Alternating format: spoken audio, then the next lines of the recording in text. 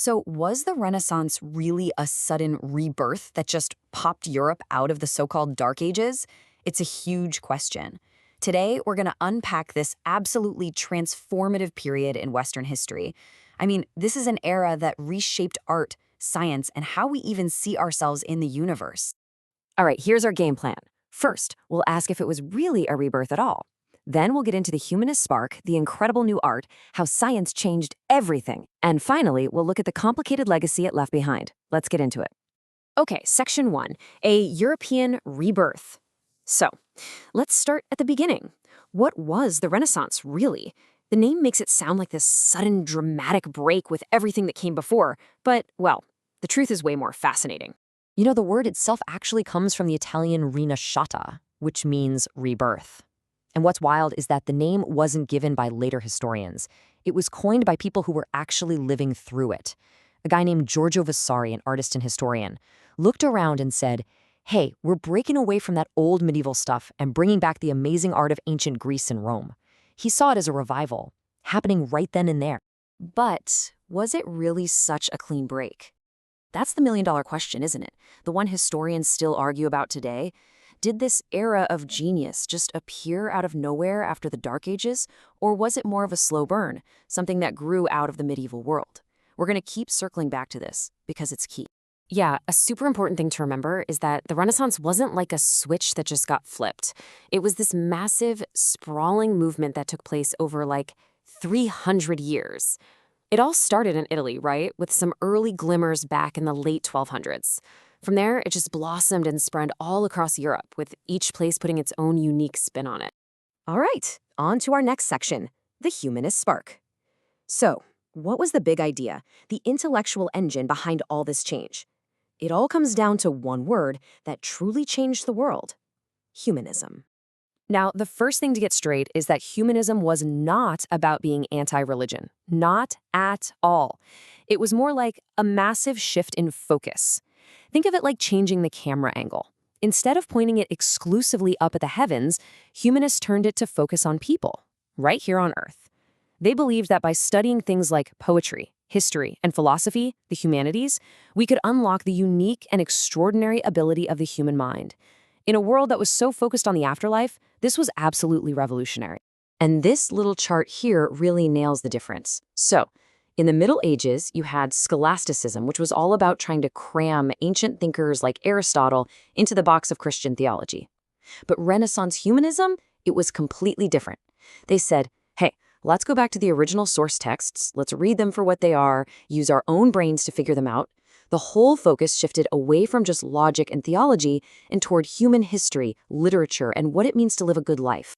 And this quote, which they rediscovered from an ancient Greek philosopher, Protagoras, became kind of the unofficial slogan of the whole movement. Man is the measure of all things. Just think about that for a second. It's such a radical idea. It suggests that our experience, our perception, is what defines reality.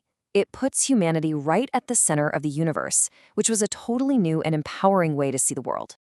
Okay, Section 3, Art's New Reality. This is where things get really visual. Let's look at how all these new humanist ideas led to an absolute explosion in art, one that changed the game forever. So the huge leap forward here was the shift from creating symbolic art to creating a window into space.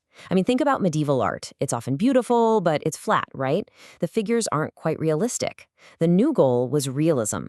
Artists basically became scientists, obsessively studying the world around them to figure out how to paint a believable, three-dimensional world on a two-dimensional canvas. And how did they do it? Well, with some seriously clever innovations. Number one, linear perspective. A guy named Brunelleschi basically figured out the math to create a perfect illusion of depth. 2, anatomical study. Artists like Leonardo da Vinci were literally dissecting bodies to understand how muscles and bones worked, all to make their paintings more accurate. 3, light and shadow, or chiaroscuro, to give figures weight and drama. And 4, they went back to classical forms, looking at ancient Roman statues for inspiration on balance and proportion. These weren't just artistic tricks, they were scientific breakthroughs. And the people who master these techniques, well, they're the rock stars of art history. You've got Leonardo da Vinci, the definition of a Renaissance man, who was a painter, scientist, and inventor all in one. Michelangelo, who gave us the David and the Sistine Chapel ceiling. Raphael, Brunelleschi, the list goes on. These guys weren't just artists in a studio. They were thinkers, engineers, polymaths. Their art was a perfect blend of creativity, science, and this new humanist spirit. It wasn't just pretty. It was a testament to what humans could achieve. Next up, science reinvents the world. Because this new way of looking at things, this spirit of observation and curiosity, it didn't stay locked up in the art studio. Oh no. It spilled out and fueled a scientific revolution that completely rewrote our map of the universe. And you can see how a few key things just came together to accelerate everything. The printing press, around 1440, an absolute game changer. Suddenly, ideas could be copied and spread faster than ever before.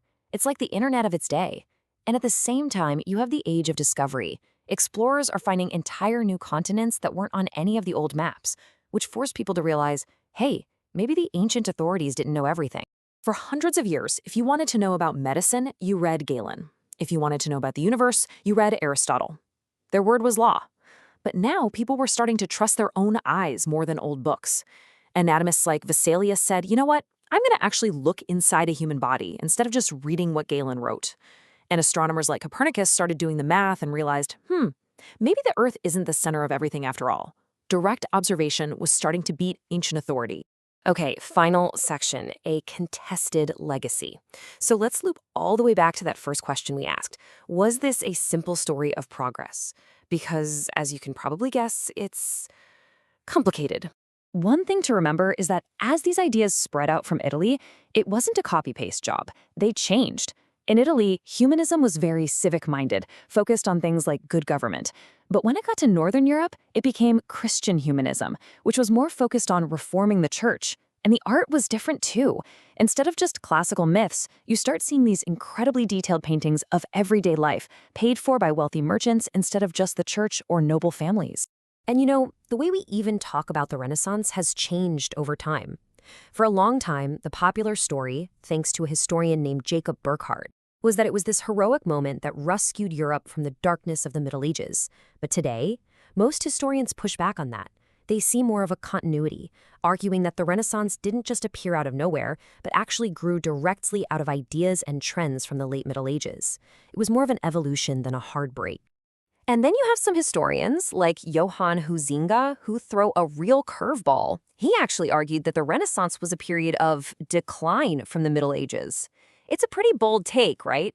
But it's a powerful reminder that this period was also full of brutal warfare, political scheming, and persecution. It definitely wasn't a golden age for everybody. So where does all this leave us? Was the Renaissance a rebirth, an evolution? Maybe it was both. And perhaps that's the most incredible thing about it. It was an era that looked backward, deep into the past, not to repeat it, but to find the tools to build a brand new future.